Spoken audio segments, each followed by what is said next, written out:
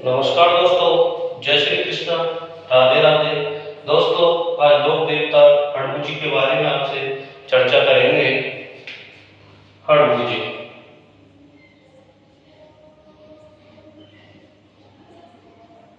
दोस्तों, हड़बू जी को पंच पीरों में गिना जाता है।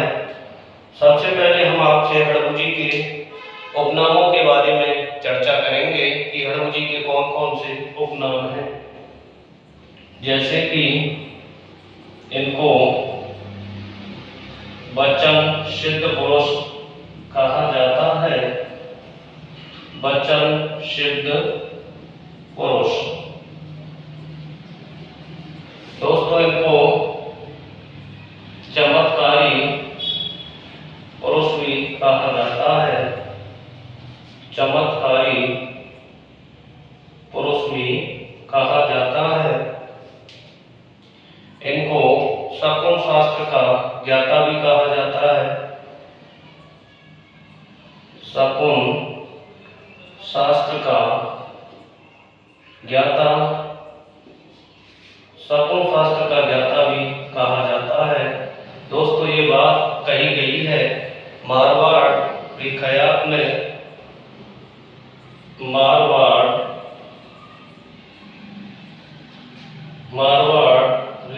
खयात में ऐसा कहा गया है कि ये शकुन शास्त्र के ज्ञाता थे। दोस्तों, शकुन का अर्थ होता है भविष्य को जानने वाले। भविष्य को जानने वाले। तो लोक देवता हड़बू जी भविष्य को बता देते थे। इसके अलावा इनको कहा जाता है योगी सन्यासी। योगी सन्यासी। और इनको कहा जाता है वीर योद्धा। वीर योद्धा के नाम से भी जाना जाता है। दोस्तों, ये बातें हमें कहाँ से मिलती हैं? सांखला हड़बू का हाल। सांखला हड़बू का हाल नामक ग्रंथ में मिलती हैं। सांखला हड़बू का हाल ग्रंथ में ऐसा कहा गया है कि ये वीर सन्यासी योगी सन्यासी और वीर योद्धा थे। इनको गौ सेवक योद्धा के रूप में भी जाना जाता है। गौ सेवक। तो दोस्तों, वचन सिद्ध पुरुष, चमत्कारी पुरुष, शकुन शास्त्र का ज्ञाता। शकुन का अर्थ होता है भविष्य को जानने वाला। योगी सन्यासी, वीर योद्धा। ये सांखला हड़बू का हाल ग्रंथ में ऐसा बताया गया है।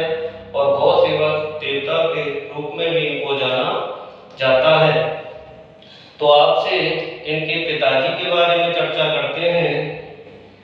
इनके पिताजी का क्या नाम था?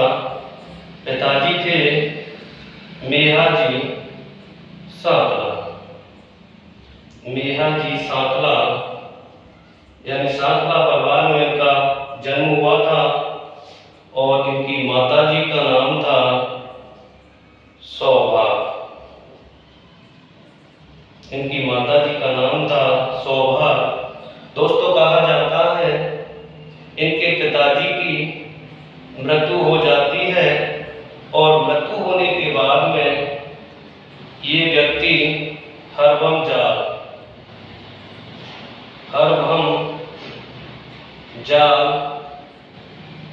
नामक स्थान पर पहुंच जाते हैं। और इस स्थान का संबंध कहां से है? जोधपुर से। एक और महत्वपूर्ण बात इनके जन्म से संबंधित है। इनका जन्म कहां पर हुआ? तो इनका जन्म आपसे पूछा जाए भूडेल गांव नागौर। भूडेल गांव का संबंध कहां से है? नागौर से। भूडेल गांव नागौर में इनका जन्म हुआ था। लोक देवता के बारे में कहा जाता है इस लोक देवता पिता ने जीवित समाधि ली थी, और वो समाधि कहाँ पर ली थी? तो रूडेचा, रामदेवरा, रूडेचा, रामदेवरा, जैसलमेर में इन्होंने जीवित समाधि ली थी। आपसे तिथि पूछी जाए, समाधि लेने की जो तिथि थी वो तिथि थी भाद्र पद शुक्ल एकादशी। भाद्रपद शुक्ल एकादशी को उन्होंने जीवित समाधि ली थी। आपसे पूछा जाए कि इनके गुरु कौन थे? गुरु थे बालीनाथ। गुरु का नाम था बालीनाथ जी। मंसूरिया पहाड़ी जोधपुर में इनका मंदिर स्थित है। ये रामदेव जी के मौसेरे भाई थे। रामदेव जी के मौसेरे भाई थे।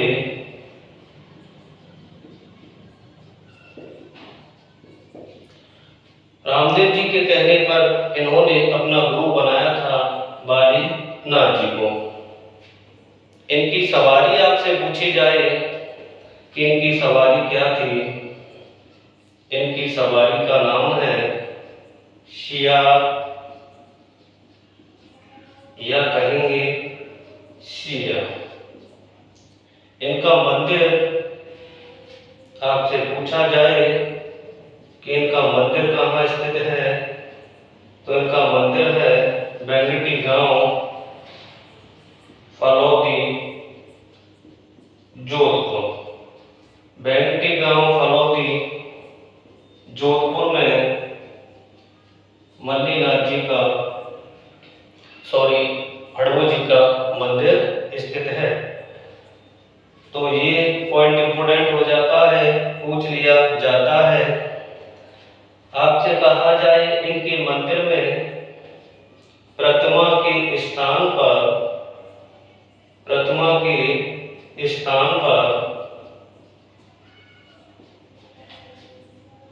बैलगाड़ी स्थित है, और इस बैलगाड़ी की पूजा की जाती है। दोस्तों, इनसे महत्वपूर्ण कुछ तथ्य हैं, उन पर हम चर्चा करेंगे कि ये किसके समकालीन थे। आपसे पूछा जाए ये किसके समकालीन थे? हड़बू जी के समय जोधपुर के शासक थे राजोधा। दोस्तों, कहा जाता है कि राजोधा और उनके पिता रणमल, राजोधा और रणमल दोनों मेवाड़ में रहते थे। और इधर से हम बात करते हैं, मेवाड़ में शासन था किसका? राणा कुंभा। और इधर से राणा चूड़ा। तो दोस्तों, कहा जाता है कि जब रणमल की मृत्यु हो जाती है, मेवाड़ में इसको मार दिया जाता है, तो राजोधा मेवाड़ को छोड़कर मारवाड़ में चला जाता है और मारवाड़ के अंतर्गत मंडौर को अपनी राजधानी भी बनाता है। राणा कुंभा के द्वारा राणा चूड़ा को भेजा जाता है आक्रमण करने के लिए, और राणा चूड़ा मंडौर पर अधिकार कर लेता है। तो दोस्तों, इस बात को लेकर बहुत ज्यादा परेशान थे राजोधा, और राजोधा को बताया गया कि अरबमजाल नामक स्थान पर लोक देवता हड़बू जी रहते हैं।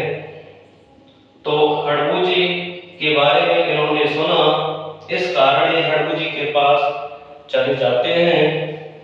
हड़बू जी इनके लिए युद्ध में विजय होने का आशीर्वाद देते हैं, विजय होने का आशीर्वाद देते हैं और साथ में एक कटार और एक घोड़ा दिया जाता है और राब जोधा से कहा जाता है कि आपको युद्ध में विजय होगी। तो दोस्तों, जब राब जोधा मंडौर को प्राप्त करने के लिए राणा चूड़ा से युद्ध करता है और युद्ध में विजय हो जाता है और अधिकार कर लेता है किस पर? मंडौर पर। अब मंडौर पर अधिकार कर लिया है तो इस विजय के उपलक्ष्य में हड़बू जी के लिए उपहार स्वरूप वेंगटी गांव दिया और एक बैलगाड़ी भी दी थी। इसी बैलगाड़ी से अपंग पशुओं के लिए, जैसे कि गायों के लिए चारा लाते थे। इस कारण इनको गौ सेवक देवता भी कहा जाता है। इनके मंदिर की यदि आपसे पूछा जाए अजीत सिंह के शासनकाल में, या अजीत सिंह ने 1721 ईस्वी में वेंगटी गांव जोधपुर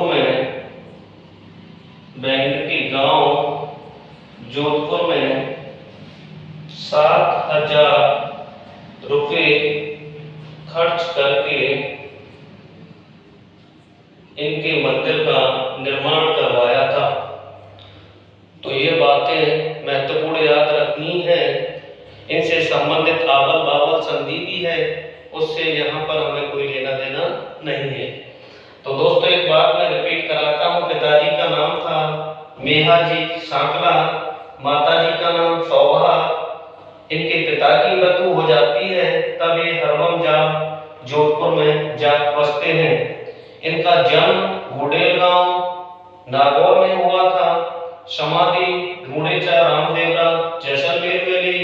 रामदेव जी की मृत्यु के 8 दिन बाद, रामदेव जी ने जब समाधि ली थी, उनके 8 दिन बाद इन्होंने समाधि ली थी।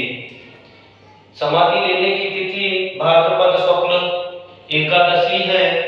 गुरु बालीनाथ जी ये रामदेव जी के मौसेरे भाई थे। इनकी सवारी सिया है। मंदिर इनका वेंगटी गांव फलौदी जोधपुर में स्थित है। प्रतिमा के स्थान पर इनके मंदिर में बैलगाड़ी की पूजा की जाती है। इनके मंदिर का निर्माण जोधपुर के अजीत सिंह ने 1721 ईस्वी में वेंगटी गांव जोधपुर में 7,000 रुपये खर्च करके करवाया था। ये राब जोधा के समकालीन थे। नमस्कार दोस्तों, आज का वीडियो यहीं पर समाप्त होता है।